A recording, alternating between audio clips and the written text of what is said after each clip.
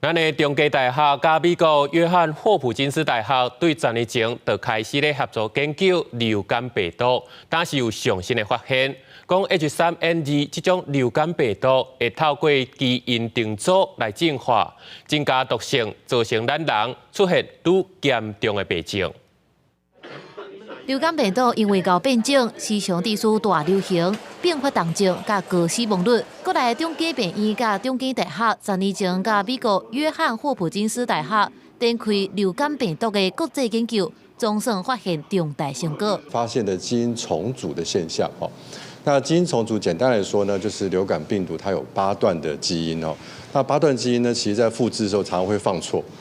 好，那很好玩，放错病毒不是就挂了吗？那结果不是哦，病毒反而衍生出更严重的一个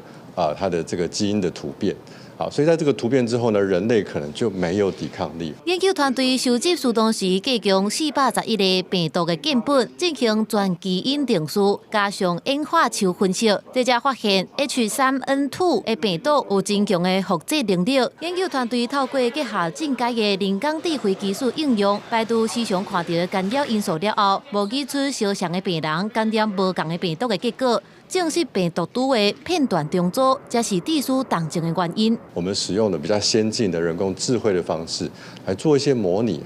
来让这个病人看起来是一样的，所以我们可以下一个结论，说是重组的这个流感病毒造成重症。 透过这项国际研究合作的发表，未来在医学上会当更加精准确认造成重症的病毒株，来正做疫苗准备时的参考。 会当帮助研发更加有效率的疫苗，降低流感的重症甲死亡率。记者综合报道。